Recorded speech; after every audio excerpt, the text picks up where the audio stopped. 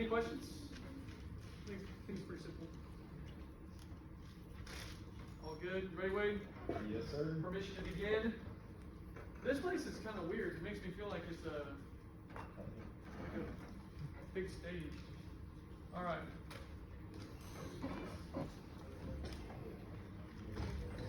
I'm not used to being elevated like this. Okay. All right. So this was first the introductory electrical lesson right here. Hopefully by now all this stuff makes sense, right? Maybe when you looked at it the first time it was kind of boring. But I'm going to race through a lot of this stuff here. So like I said, okay, so a little bit about history. Human body, first use of controlled electricity, most sophisticated. Let's see, Volta, first battery, Mr. Ampere, first definition of electric current, Edison, light bulb, and we just got more and more stuff after about 1920. All right. Again, you don't have to memorize this chart. This is just meant to show you that a little electricity can do a lot of damage. You guys will go on to install electrical services like this, 200 amps plus, and it's going to go great. You just got to know what you're doing, right? Lockout, tag out, right? You want to shut off the power upstream of your device that you're working on, and then you want to lock it out and tag it out so that people know not to turn it back on while you're working on it. Because if you got your hands in something, you don't want the power to start running through it while you're working on it. Okay, so the whole system, this whole thing was meant to give you the big picture of how electrical power is generated first right here, and then it makes it all the way to electrical loads like microwaves and ovens and fridges and stuff like that. What I tell you guys in here is that I show you this whole thing to give you the whole picture, but really what I care about you knowing is everything from the transformers in. Okay, that's a pole mounted configuration. You also have the underground, so pole mounted will be from overhead feed. Pad mounted transformer will be from underground, and there's those abbreviations like OHEG, XFMR, and so forth. All right, we talked about, this is where I was training your eyes when it came to overhead services. Right, we talked about primary and secondary. Primary goes into a transformer, secondary comes out. And for the purpose of this class, we talked about transformers stepping voltage down. Right, your utility company is going to supply voltage at thousands of volts, and it's going to come out of here at a much lower voltage. We talked about several configurations that we'll get to here in a minute and review, but that are usable in buildings. All right, here's an overhead service coming to what's called a weatherhead. That goes down to a meter, and that's going to feed into the building. Here's another configuration just to give you guys some variety. This is in Johnson City, single phase service, because it's got one transformer feeding down to a building. When you get to the building, it looks like this. There's your weatherhead, your meter, and there's our color conventions, right? We got black, red, and white, which tells us that's a single phase service, if you couldn't already tell by the transformer right there. Right, so another version of it. This one was meant to show that you have multiple secondaries coming off this single transformer right here. So the overhead primary was here. This is a guide wire. Remember, that's just meant to anchor the pole to the ground so it can't fall over, not to conduct any power or anything like that. The power is being conducted through here. And you had all these weatherheads and stuff, and electrical service equipment, which we got to later. So overhead three-phase versus overhead single-phase. Really, really easy to identify. Three transformers or one transformer. Pretty simple. And this was showing how you can have overhead primary, like this. That's OH1 right there. And that overhead primary is transitioning to underground primary like that. Y'all took a picture of that. Hopefully you understand that pretty well. In this case, it was coming to a pole box underground and into a transformer underground, and then underground to this electrical service. You can see the conduit sticking up right there. And then off this overhead primary, we were pointing out that there's a three-phase service that you can see from the three transformers right there in this building, and a single-phase service kind of hidden behind this pole, but you can see it goes to that building right there. So some different examples of what we talked about back then. Okay, that was a zoomed in picture, talked a little more in detail about that. Pad mounted transformer, again, overhead to underground transition. Pad mounted transformer right there. There's the meter right there on the side. It's not always like that, but it's common. And the transformers, all right, these things hum. So that's how you can tell the difference between a transformer and a pull box, is that when both of them have power running through them, a transformer will make kind of that electrical humming sound that you might be able to remember, or you might have come in and heard while you're looking around for something to do this assignment. Transformers are measured in kVA, and again, they're going to set down the voltage. You didn't know what it meant back then, but hopefully now you know what that 24120 means right there. All right, so sometimes transformers have all that stuff written on them, sometimes they don't. It just depends on the utility company. All right, so that was the whole system, and again, we were really focused right here for that particular part. Voltage, that's like water pressure, remember? If you think of electricity like water, this can be really helpful. So voltage is like pressure, and then amps is like a water flow, and then power is measured in watts or volt amps, and you get power just by multiplying the volts times the amps, and that's why the units of VA or volt amps are there. You can also convert this, to kVA by dividing by 1,000.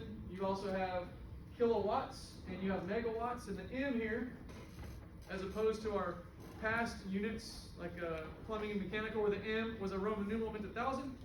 Here, when you do electrical, the M actually means 1,000,000, so that's a megawatt. That'd be 1,000,000 watts.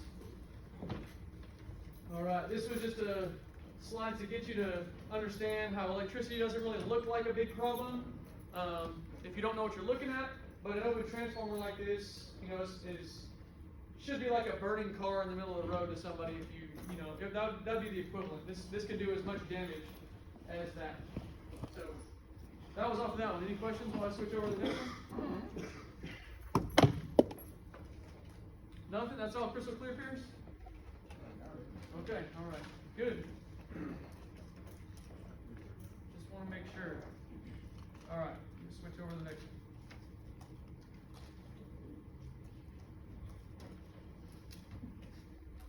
Okay, all right, there was kind of a funny picture to represent the relationship between all these things. We don't talk about ohms in this class, but ohms would be resistance. There it is, though. Voltage is that pushing forth the pressure, and amperage is the flow. In this case, you see ohms is restricting the amps flow, so kind of representing the resistance there. All right, here, so we started talking about electrical services. This is like a classic textbook electrical service right here. Fed from underground, there's your conduits coming in. This guy, main disconnect, and it's feeding this big, long J-box right here, which is commonly called what? A gutter, all right? You might also hear that called a wireway or a trough, okay? It looks like a feed trough, like horses feed out of, right? And then off of that, you got all these little conduits poking under these meters. They're serving all these different tenants right here. The meters are there so that everybody can pay their own utility bill based on what they use. And then these disconnects, or switches, are set up here so that you can kill the power to any one of these separately from killing the whole building. But you can kill the whole building from right here with this main disconnect. So disconnects, like a light switch on steroids, it's just meant to turn the power on and off. Very simple. Right, here's a couple of different manufacturer versions. They all do the same thing. Talk about amperage ratings like this. This one in particular is rated at 30 amps. The more amps, the bigger the disconnects get, right? So these little guys over here, this would be like maybe 100 amp, maybe 200 amp disconnect. This might be like a 600 or 800 amp disconnect. Really, really big. Amperage ratings are like speed limits. Okay, you don't want to exceed them, right? If you run more electricity through a disconnect than it's rated for, then you can bump into some problems. It'll overheat and all that kind of stuff. So amperage ratings are like speed limits. This one also, all of them have voltage ratings. This one in particular is 240. And that little AC means what? Alternating current, all right? It's also written this way with that V, a little squiggly line right there. 240 volts AC, alternating current. This one here, same exact thing, just different manufacturer. 60 hertz is what you're going to see in the US. We don't really talk about that in this class, but that's just what's called a frequency. And if you work in the US, it's always going to be 60. All right, so that was our disconnect example. Then we got into conduits, all right? Different types of conduits. This here is PVC, obviously. It's this gray material, gray plastic. This relative cost for this one is cheap compared to all the other conduits. It's easy to install, so labor intensity is low. So not only materially is it cheap, but to put it in is cheap. It resists corrosion really well because it's plastic, so it's commonly installed underground because it'll last a long time. And so there you go, that's a typical locations. This is the Montgomery County Sheriff's Office right here, and you can see before they covered up all this conduit, you can see all the PVC running underground. PVC also has the kind of unique ability to be able to bend it in funny shapes like this pretty easily. You can heat it up, and then when you heat it up, it becomes like a piece of spaghetti, right? It's real floppy. And then when you cool it off again, it hardens back into its shape. So that's one place where you can see something like that happen. We did that to fix that. So EMT, all right, this one is more expensive than PVC, but it's the cheapest of the metal conduits that I tell you about in this class. EMT stands for electrical metallic tubing. Electrical metallic tubing. All right, so labor intensity, it's quite a bit more than PVC because it comes in these long metal sticks, usually 10 feet, and you have to bend them into shapes, right? And cutting it's more difficult than PVC. Corrosion resistance is pretty good. It's made of galvanized steel, but you wouldn't install this underground because it's just not going to last as long as PVC. Typical locations, you'll see this sometimes outdoors. Here's an example of some of it being installed outdoors, from the top of this disconnect to the bottom of this junction box right here. Most of the time you'll see EMT indoors in places where it's dry. You usually don't see this where it's wet. So there's a couple of ways to join PVC, or sorry, not PVC, EMT. One of them is the compression fittings like this, and one of them is a set screw. All right, the set screw got that little sleeve right there, which you have the little screws on that side, one on that side, and then when you put the two conduits together, you tighten those screws down, and it all holds together. That's a set screw. Compression fittings right here, so it's got a little ring on it like this, and you can see that the ring threads onto this part of the fitting right here, and as you tighten that ring down, it's clamping down onto that PVC, or I keep saying PVC, keeps clamping down on that EMT pipe and holds it in place. Right, here's a couple of compression fittings on EMT conduit as part of electrical service right there. The next one is IMC and RMC. These two look really, really similar. When you, if you don't know the difference between the two, they look really, really similar. And for the purpose of this class, I usually just say RMC, although what we could be looking at might be IMC. Relative cost, this is the most expensive side. IMC and RMC, the most expensive cost-wise, because the metal is thicker. Again, you can see on EMC how thin this is right here. It's just really thin-walled tubing. This stuff is much, much more heavy-duty. You know, there's an RMC pipe right there. You can see how much thicker it is. It's also much more labor-intensive because it's harder to bend, it's harder to cut, and you have to thread it like this every time. And it takes like 10 times longer to do an RMC job than it does to do an EMT job. Corrosion resistance, it's galvanized steel, so it's the same as EMT. So it performs the same. Generally, again, you won't see this in underground applications because it's just better to use PVC. Typical locations for this, though, would be in places where you'll see moisture or things will get wet, or will it be subject to what's called physical damage, right? So like cars are going to bump into it, or you got heavy machinery around and stuff like that. You'll see RMC that's used because it's tougher and it can take more punishment because of that thick pipe wall. Questions so far? So it's 10 times longer to install an EMT or PVC? Both. Okay. I mean, and that's just kind of a,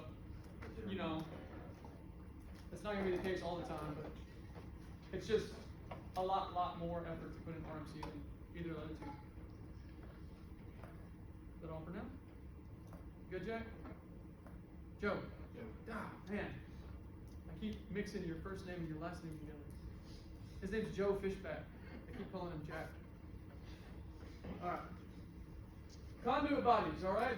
There's a whole bunch of conduit bodies out there. Just the one that is really common in electrical services that you guys will see is called an LB. Right? It looks like this. You got an opening right here, and then you got the conduit body right here where it's got this lid or this cover, and you got an opening out the back like that. The good thing about these is that you can have a nice hard 90-degree turn rather than having like a big sweep. If you have like a bent conduit, it's going to take up that space to make that 90-degree bend. But here you can make a nice hard 90-degree turn in a very small space, and you got this cover that you can use to help pull the wire through from one place and then feed it through to the next. So it's another little access point in your electrical system. So here's a couple here. This is on the back of like a PetSmart here in town or something where I took this picture. So you'll see these LBs all the time punched into the wall like this on electrical services. Does LB stand for something? Yeah, so the question was, what does LB stand for? It stands for line box, and the L stands for line box, and then the B stands for back, because the opening is out the back. That right there. So you can have them where they come out this side, like right here, there'd be an opening. That would be a left. You can have them come out the other side, that'd be a right, and so forth. Don't get confused with all that, just focus on LB. Alright, so here, we've talked about disconnects, conduits, junction boxes, gutters, meters, disconnects, conduits. If you look real close, you can see that these are all what kind of fittings right there? Compression, good job. Okay, so here's another one. Again, main disconnect, big old gutter. There was only 5 disconnects here, and we talked about this one being ready for future expansion, so if they wanted to add a couple more disconnects here, then they've already got the main disconnect in place. But again, conduits, meters, these fittings right here, it's hard to see, but they're compression fittings. These little guys up here, there's your LBs punching into the building, so you can see it all. All right, junction boxes. So junction boxes serve a couple of purposes, right? The first one up there you see is a pull point. So whenever you put this conduit in, it's a 2-step process to get the electrical system put together, because you got the conduit that goes first, that's just like the roadway, right? And then you got the wires that you got to pull through, right? So the wires are going to come through next, and then you got to pull it all through there, and junction boxes give you a place to do that. So they look like this when they're small, they can look like this when they're big, right? And they can get even bigger than this, kind of like y'all saw on the McDonald building, right? That big old junction box on the wall with the RMC going into it. So pull point, they're also a place to make wire connections. So these are junction boxes here that are going to have light fixtures connected to them eventually. And all these ends of wires right here will have connections to the light fixture. So that junction box protects that light fixture wiring connection. They provide a place to make a hard change in direction. So you can see right here, there's an EMT conduit going in this direction, and a flex conduit coming out the bottom right here. That's a hard change in direction right there. Again, better than having a long sweep from a bend. And then the 360-degree rule. So you got the 360-degree rule, which means when you have a conduit pathway, you have a limit on the number of bends that you can have before you have to put in a junction box or a pull box. So the example I gave you guys in class was if you got a conduit going like this, and you have a duct right here in your way, then you might make a 90-degree turn to go up, right? That's 90 degrees total. Then you get above the duct and you make another 90. How many degrees you got? 180. Get across the duct, go back down. That's 270. And then once you get back in line with your original conduit line, you go another 90. How many degrees you just hit?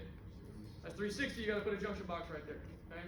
Because the friction that builds up on through those bends gets harder and harder to pull the wire through, and you can damage the wire. So you have to have those every 360 degrees. Is it up to 360 or just past? What's that? Can it be 360 and be fine, or is it like 360 there? Yeah, there's a little bit of latitude there, you know, like, so once you get through that last 360, you know, you might go a couple feet, put a junction box in, and then that resets your angle back to 0.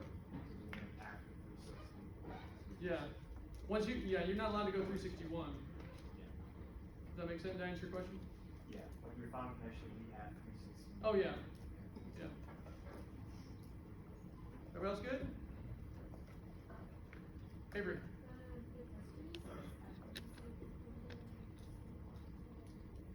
Say that one more time.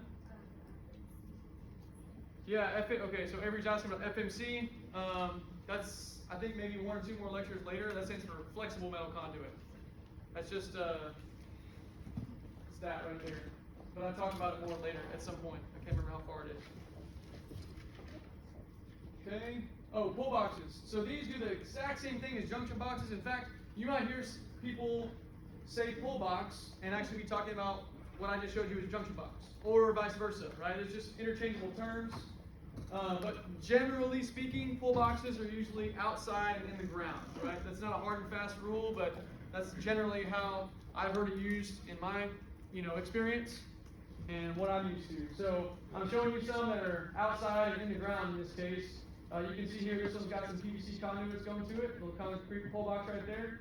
Here's what they look like once they got concrete going over them, and this is one that's just installed out near a construction site. And I was explaining last time that the excavator operator got a little crazy and did this. You never want to see this, but it made a good photo to show you how these conduits go in and out of pull boxes. But they serve all the same purposes as junction boxes. They're just typically bigger, outside in the ground. Okay, so this is an overhead example. So just like our San Marcos one's fed from underground, this one's fed from overhead like this, goes down in the gutter, and then you can, I was teaching you guys to trace the power pathway, right? And some of your assignments had you look at that and think about that as well. So then we got into metering. So we got inline metering where the meter's in line with the path of the power, like this. So here's the gutter. Power comes through the meter, through the disconnect, and goes in. Then you have CT metering, which is looking like something like this. Okay, so you got the power coming from underground right here, going into this box, and then it goes through this disconnect and goes in. So the CT meter is not in line with the power. It's just a side saddle deal. Okay, the Blanco ESD construction project, it's got CT metering. Okay, its CT metering doesn't look like this. It's got the little CT meter deals are up here, and they feed down to this meter right here. And you can see that the power goes through this weatherhead and then goes down. It goes right past that meter, right? So the meter's not in line with it. It's CT metering there. Okay, here's electrical service. Again, just was another rep to get you guys to use your laser pointers on and stuff. Power's coming from the transformer, it goes underground, goes to these conduits, and this would be what kind of metering? CT metering, right? Because the power goes this way in this disconnect, meter side saddle right there, that's CT metering. Okay, and here was another one, transformer here, conduits up in this gutter here. You got inline metering right here, here, and here. And you got CT metering going in here. This is a meter. This looks a little funny because you can't see the actual place where you would read the numbers.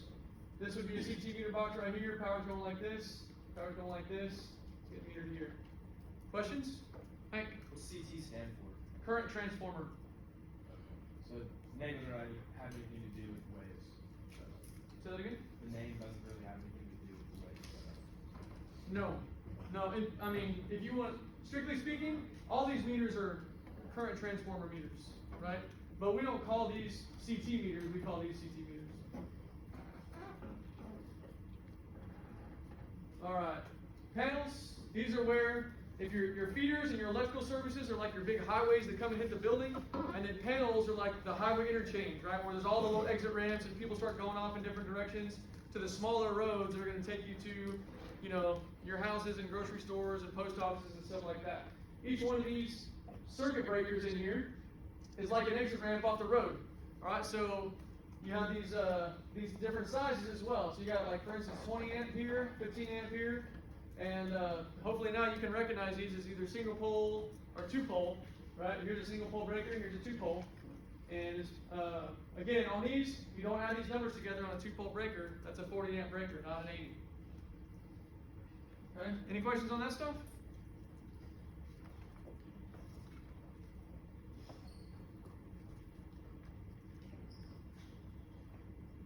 Is that your ring?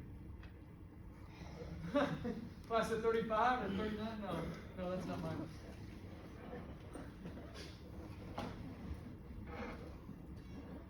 A little bit before my time.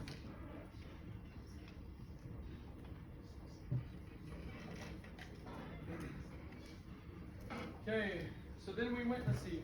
I got these out of order.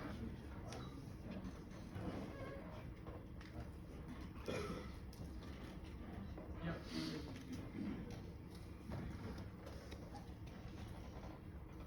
Okay, so yeah, I was using this again to show kind of where we were. We were going to get here into distribution, and this was a diagram to show how a typical commercial building has its electrical power distributed through it.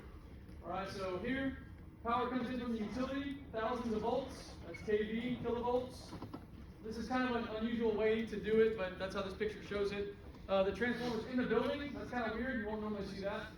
But the thing that is normal is to see this transformer stepping down the voltage to 48277, right? Very, very common commercial voltage right there.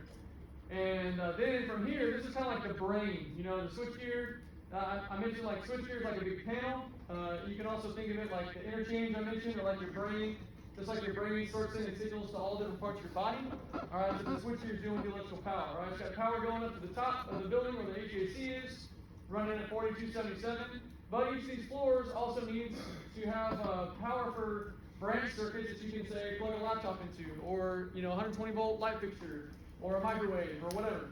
So these guys, you can see here, you go to the electrical room where the transformer is located. It's labeled right here. Notice each one of these electrical rooms has that in there. Transformer on each floor, just like that. We drew this in the sketch the other day. And then that transformer is feeding the step down voltage into each one of these branch panels like this. Here, here, here.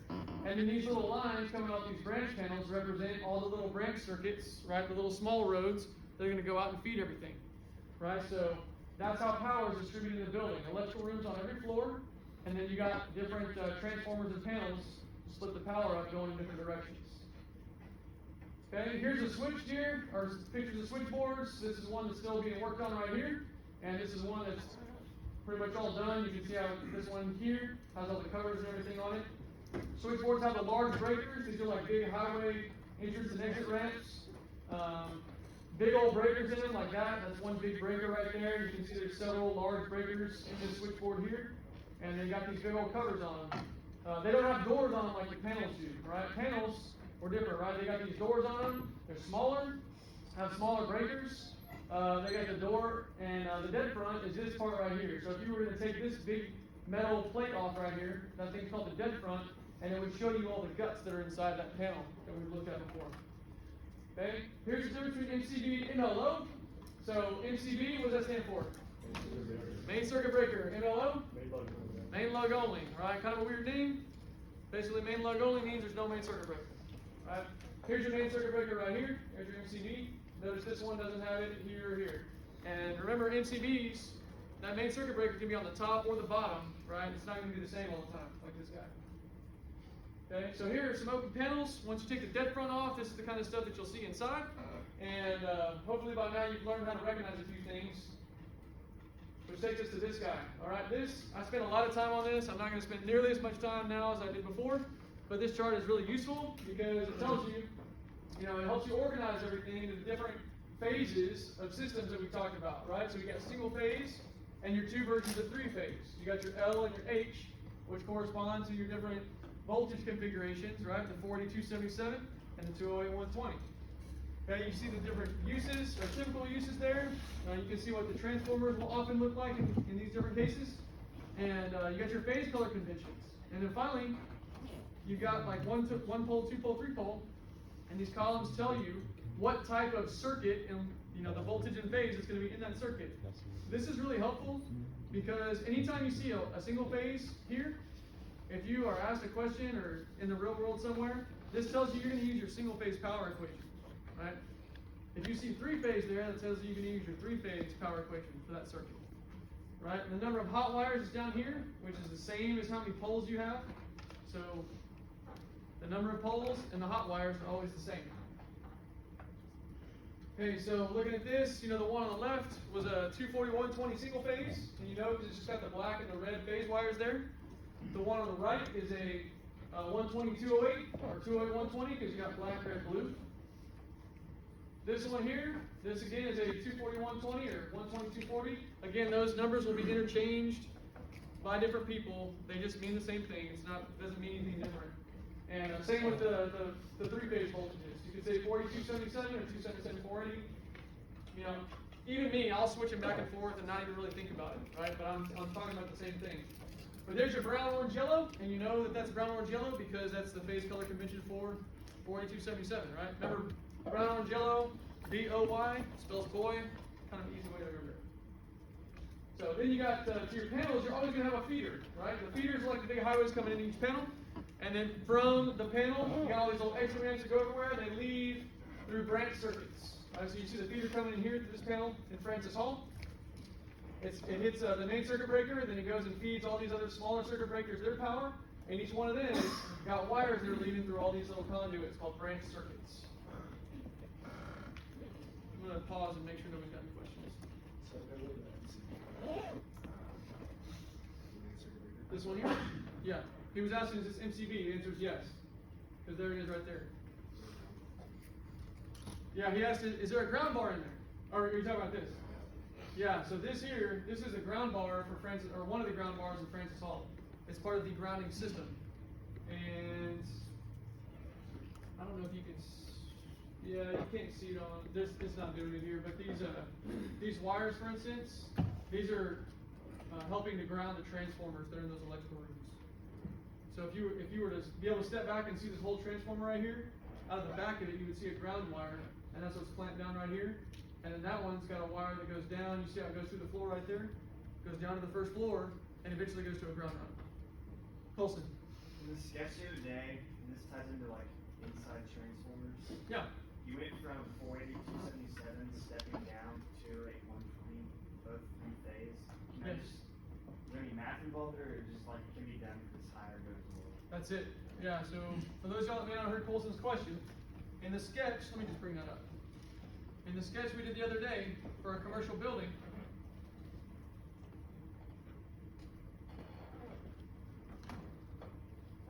there.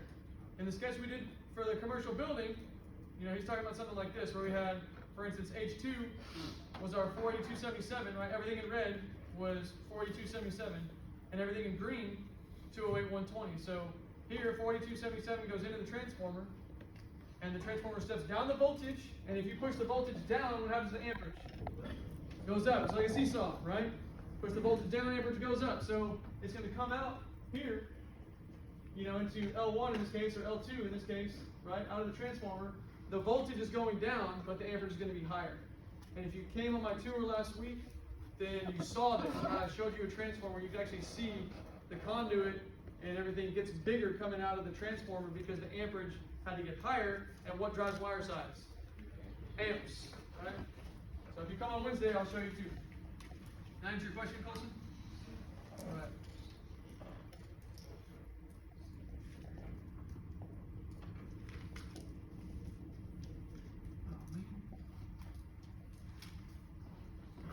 Okay, so transformers. All right. This one, I asked you guys to find the primary and the secondary of this interior transformer. All right, and this was all about getting you to recognize the colors, right? So if you could pick it out, then you could see, you know, maybe you keyed on the yellow right there, or the purple. And I tell you that there's 48277 there, right? So you see the yellow, there's the purple, and then there's the brown. You can match those up, and that's 48277. And then in between those, you see that there's black and red and blue. So this transformer is doing exactly what Colson just asked about. It's stepping down from 4277, and you can see the wire size thing going on here, because you have one wire coming in for the primary, the 480, the higher voltage, and then leaving, you have double the wires, right? So you can see there's more amp carrying capacity there with the wires. So interior transformers look like this, all right? So the ones that are outside, they got that green cover on them. That cover is meant to protect it from the elements. All right, so here's a picture of some transformers in the Montgomery County Sheriff's Office. It's down in Magnolia. And here's the high voltage panel right here, or the high voltage panels over here. And they're going to feed into these and transfer, or step down the voltage to go to these low voltage panels over here.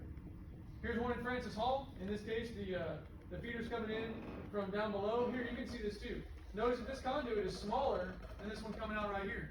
Right, so you know this is the primary. It's got the higher voltage, so lower amperage and smaller wire. Here it is coming out, higher amperage, bigger wire going and feeding this. So without even having to read this label on this panel, you can already know that that panel is a 208-120 system there. And that was building power distribution. Right? Here it is. That's it, Avery.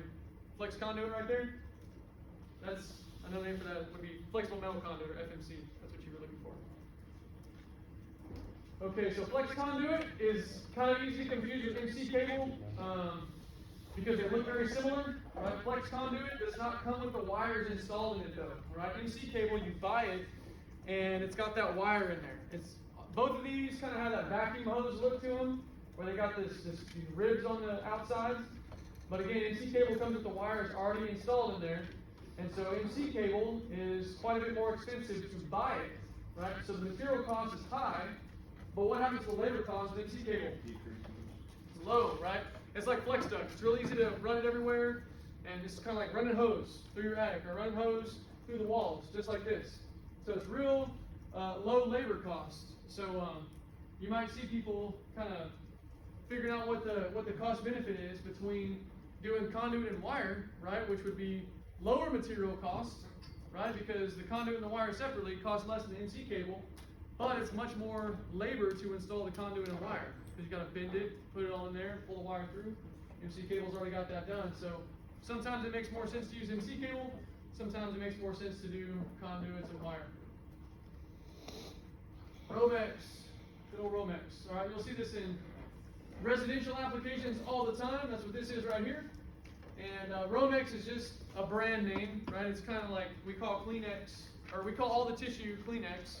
But it's not really called Kleenex, that's just a brand, right? It's just face tissue. Romex is the same way, all right? This is really non-metallic sheath cable, but we all just call it Romex because that's the most widespread brand out there. It usually comes with these wires kind of bundled together, similar to MC cable, but just not a metal outside. And you can see a couple of different varieties right here. Different colors mean different wire gauges. And you should never see Romex in commercial construction, right? Yeah, I bet you did. You should never see. He found some in Francis Hall. He thinks he found some in Francis Hall. I'll cut it out and bring it to you if you want me to. Oh. Great idea. But you never should see Romex in commercial construction unless it's for temporary lighting during the project. All right, a lot of y'all went over to St. Mary's and took pictures of temporary lighting. That's absolutely Romex right there. All right, but in residential, you can use this all day. All right, wire sizes. Okay, again, the numbers kind of do different things depending on what size range you're talking about. Up here, numbers get smaller, wire gets bigger. And the smallest you'll probably see in commercial construction is number 12, or 12 gauge, right there. Then you get to the 1/0, 2/0, 3/0, 4/0, the numbers get bigger and the wire gets bigger. And then it continues to get bigger, but it changes numbering system again, and it goes to 250 kc mil, and it just keeps going and going. It doesn't stop at 350, right? That's just all there was room for in this picture, right? But it keeps going and going and going to larger and larger sizes. Okay? And again, amps drive wire size. So more amps, bigger wire. Amps is kind of like, think cars on the streets again, right? Amps is like cars on the streets. You put more cars on the street, you need more lanes. You need, the lanes are like the wire. Okay, NEC rules. So we got the 3-foot rule here. Again, this is really easy. If you're a newbie in construction, you just need something to go check. If you're looking for something to do, you can go check how much clearance they got in front of all the panels. Should be 3 feet minimum. There will be some situations where it'll need to be more, but 95% of the time, for what most of y'all are going to do, it's going to be 3-foot minimum. And this is for service, so that somebody can easily service a panel, unlike this guy right here. It's also for escape, so if you're getting shocked, you have some room to pull back away from the panel and get yourself safely away from it. This is the dedicated space rule, so this is inside these yellow lines that I've drawn on this slide here. Everything that extends upward and downward from that piece of electrical equipment, like a panel, is dedicated space only for electrical stuff, right? So you can see here, there's only conduits, and there's only the hangers for the conduits, just like down below. You don't want to have any ductwork or piping or anything like that up there, because water and electricity don't mix well, right? So here, this is an example of where a sewer pipe is running above a panel right there, and so one of the two's got to move to obey the dedicated space rule. This one, call this the 6'7" rule. All right, don't ask me how they came up with 6'7". I guess that's the average height that a short person can reach their hand up and grab a circuit breaker. But 6'7" is the max height that somebody should have to reach to turn a circuit breaker off. Right? So in an MCB panel, it would look like this, and an MLO, it would look like this. So that top row in an MLO panel is where they got to reach. But 6'7" max. And this is a good one to check early and make sure this is going to be done right, because you can imagine how much pain it would be to take this dude off and lower it and redo all these conduits on the top and bottom. But 6'7" rule. That was just an example where a lot of rules are being broken. And then this one was a 6-handle rule. Okay, so on an electrical service like this, man, that picture got all grainy. Here you got 1, 2, 3, 4, 5, 6 meters. And that is the maximum that you're allowed to have before you have to have a main disconnect, all right? Because when the fire department shows up, if the building's on fire, the maximum number of handles, they say, that you should have to pull to kill the power should be 6. All right, any more than 6, and you fall into this category right here, where you have to have that main disconnect. So you have one master to shut it all off and do it quickly. What do y'all got right now? T. For the MCB, you said it has to be 6'7" to the main breaker switch. If the main breaker switch is on the bottom, Okay, great question. Then is it 6'7" to the bottom? or to the top? No, it's to the 6'7" is to whatever the highest breaker is. So if your main circuit breaker is on the bottom of your panel, right? Now your 6'7" rule goes to the top row of those breakers. Make sense? Great question.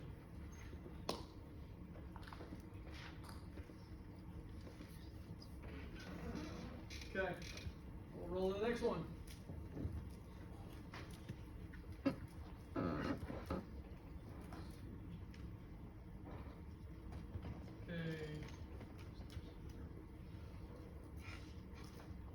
Generators. All right, so now we got into emergency power, and these are some examples of generators. What are the two fuels that generators will use? Diesel and natural gas. So the one up there on the top left, this one is a natural gas. Some of y'all got it in class because you can see the yellow pipe and the regulator right there. So that's a natural gas generator. This one here is diesel. You can see it's got the, don't be fooled. Remember, just because it's got a black box on the bottom does not mean it's a fuel tank. Okay, you'll know it's a fuel tank because it has little caps on it like that, kind of like your car gas tank, right? And then this one also has the big muffler and exhaust pipe coming off the top. Alright, so there's a little close-up view of it where you would fill this thing up with diesel. And this is what a generator looks like when it's got the cover off of it. You know, something like this comes off. And you can see it's just a big engine. That's all it is. It's a big diesel engine or a natural gas engine. And I think it's being turned by the fuel to generate electricity. Alright, so here's how they work. Generator is sitting there waiting to pick up the power in the event that there's a power loss on the utility side. Alright, the big important piece of equipment that you've got to have if you have a generator is this guy right here. What does ATS stand for? Automatic transfer switch. Okay, so you got the automatic transfer switch, and it's going to automatically pick which power supply is the best one to use depending on what's available. So right now utility power is available, so it's going to utility power because utility power is cheaper to run. That's what's feeding the building right here through all the panels and stuff. Okay, but if there's a power outage anywhere along the line, the ATS is going to sense that, see that, and it's going to flip over to the generator, and it's going to automatically tell the generator to start up. That generator is going to fire up, and that ATS is going to provide power now from the generator through the panels to the building electrical loads. And then as soon as the utility power is back up, that ATS is going to sense that, it's going to flip back over to this side and run this one because it's cheaper to do it that way. Any questions about all that? Awesome. Okay. All right. Another form of backup power is uninterruptible power supplies. Okay, I use the example of your laptop. Most of y'all have a laptop or an iPad or even a phone, right? It's got a battery in it, and you can plug those things in. You know, you can plug your phone in, your laptop, your iPad, and you can work off of it like that. As soon as you unplug your phone, your laptop, or your iPad, that thing doesn't die. It doesn't turn off. And that's because there's a battery in there, right? That battery is functioning just like an uninterruptible power supply or a UPS. And that battery picks up the power supply so quickly that you don't even see a blip on the screen. It's just instant. That is what a UPS does. But it does it on a bigger scale. Like you see here, this is basically a bunch of big, like, car batteries, all stacked up. This is in one of the data centers here at A&M. And if that data center ever lose power, right, you can't afford to have a generator wait for a generator to fire up. How many seconds do you have to get that generator going? You guys are so confident. I love that. But it's 10 seconds. Yeah. 10 seconds. So 10 seconds for a generator to fire up, but a UPS, like I said, it's like the snap of a finger. All right? The snap of your fingers. It does not even register because it happens so fast. Okay, so this is for data centers and things that are just super critical that cannot afford to lose power for even a fraction of a second. Yes, Tony? The hospital, like I said, hospitals normally have generators. Water hospitals. Right, so Tony's question is, do hospitals, or why would a hospital not use a UPS? There are probably some hospitals out there that do use UPSs, but they're for certain parts of the hospital, whereas the generator might run the entire hospital. Does that make sense? So the point is, if you've got something so critical that needs these, you've got equipment that can't stand to lose power for even a second, right? A UPS is where you're going to be, or what you're going to have. And then on top of that, you'll have a generator that fires up after 10 seconds, and you'll have a generator and a UPS providing power. The UPS holds the power on until the generator can turn on, and then the UPS will shut off and let the generator do the work. Was there a hand up back there? Is that you, Andre? Nope. Okay, so we ran through some problems here. Let's see, I won't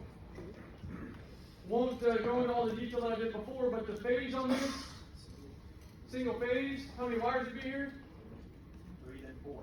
3 then 4. Good job, Colson. I like the way you said that. All right, 3 wires before you hit the building. What are those 3 wires? 2 hots and a what? A neutral. neutral, and then once you hit the building, what do you pick up? Ground. There you go. All right, service amperage. This is your power equation. This is a single phase circuit, so you're going to use which equation? The single phase, P equals I times V, or V times I, whichever way you like to say it. Your power is your kVA. You've got to remember to convert this kVA to normal VA, right? You got to get the K out of there. It means you got to multiply by 1,000. That'll help you find the service amperage, because you can take that power and divide it by the voltage. Which number do you use for the voltage? You use the higher one for electrical service, okay? Because the service is going to be running at the higher voltage, okay? It's not until you hit the panel that you can break it up and use the 120. All right, so that would be the service amperage, and find the current for a 60-watt light bulb fed by a single pole breaker. What's the voltage in that circuit? 120. How'd you know if you said that? Single pole breaker, right? If you couldn't remember that, look at your table, right? Single pole breaker in a single phase system. Run your fingers down until you hit the intersection. 120 single phase, just like that. Okay, this one, same exact principle, except this is a three-phase example. Okay, so three-phase. You got your 4277. Your power is 1,000 kVA. How many wires would be here? 4 than 5, right? How many wire, or what makes up that 4 wires? You got 3 hots and your neutral, right? And then once you hit the building, you pick up your ground. Okay, your service amperage is going to be your power, right? Converted to VA instead of kVA. And then you're going to divide by your voltage, and you're going to use which number up there? You can use a higher one because your service is a circuit, and it's running at 480. But you also have to divide by something else. You remember what it is? It's 1.732, right? It's the same thing as the square root of 3. For the purpose of this class, you can just say 1.732. If you don't do that, you'll be way off. Okay, so and then down here, you got a different type of circuit, right? I told you to find the, find the amperage, that's what it was, for this particular light fixture. And I said minimize your construction costs. How did you do that? What was the thought process there? You want the higher voltage, right? Which is going to be what, Wade? You know? Lower amps. Oh, sorry. 208. Not 208. You got a single pole breaker. Oh. 277, right? Back to your table, right? You look at single pole breaker. You look at 4277, all right? Single pole breaker is the column. 4277 is the row. You read across right there, and the only option is 277 single phase, right? And since it's a single pole breaker, that's a single phase circuit. Which equation are you going to use? Single phase or three phase? Single phase, right? Single pole breaker. That's a single phase circuit right there. Okay. There they are. I'm going to walk you through them again. P equals V times I. These two are the exact same. It's just if you're doing three phase, you add this dude on there. Like I said earlier, 1.732 is a good approximation for the square root of 3 you can use. Alright, so single phase. Really it's two phase, it's got 2 hot wires. Each one of those wires has 120 volts. Single phase is kind of nice because the math is easy. You just add 120, 120, and you get 240, right? It makes these numbers easy. You got a neutral and a ground after you hit the building. Remember, all these numbers are the same. If you do the math, you're using the high numbers, but if people are talking, these things are all equivalent. Okay, same thing with 120, 115, 110. 240 is what's called line to line, and 120 is what's called line and neutral voltage. Okay, that's what's in this picture here. All right, let's see. There you go, three phase. All right, so three phase, you have 2 versions. You got your high and your low. Right, your high is 4277. You'll hear some people say 480 and 460, same thing as before. Those are equivalent in terms of talking about it, but if you're doing the math, use 480, the higher number. You got 3 hot wires in a 3-phase system, and each one of those in the higher one has 277 in it, okay? 3-phase is weird, because even though you have 3 hot wires, and each one of them has 277, 277, and 277, if you add all that together, it's a lot more than 480, okay? Just memorize it. Unless you want the answer, like Hank did, you can come see me and I'll explain to you all those funny pictures that are on my whiteboard right now. Alright, so don't try to add up 277, 277, 277. It doesn't work. Alright, same thing with this one, okay? Don't try to add 120 plus 120 plus 120, that's 360. It does not equal 208. Just memorize it unless you want the details, because it's easy. Alright, questions? I'm gonna pause right there.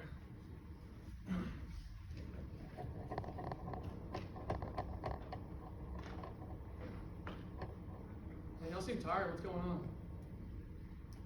Only 2 weeks left. Only 2 weeks left, you're running on E right now? Oh, yeah. You started with 15 weeks worth of fuel, you're down to about 2 weeks worth of fuel? Okay. Question. Yes. Will. Sir, so you said that to get rid of that K, you have to use about 1,000 to get EA. Yeah, to get VA.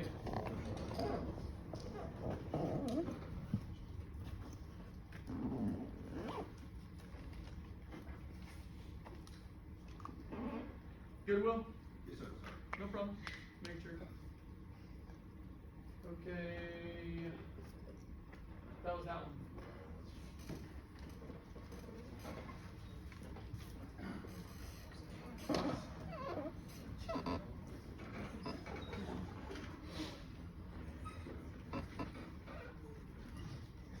Alright, I'm gonna try to run through this one pretty quick. This was a lot of exercises here.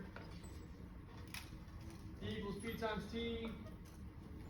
E is your electrical energy, measured in kilowatt hours. So this is all about like utility companies and how they're going to charge you your power, or charge you for your power usage, right?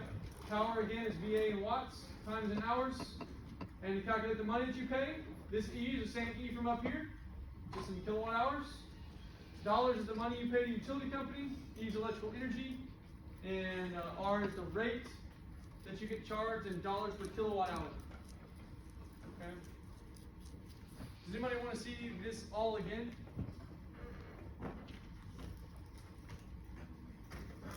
I'll talk through one of them. So this one here, 60 watt light bulb is on for exactly half a day.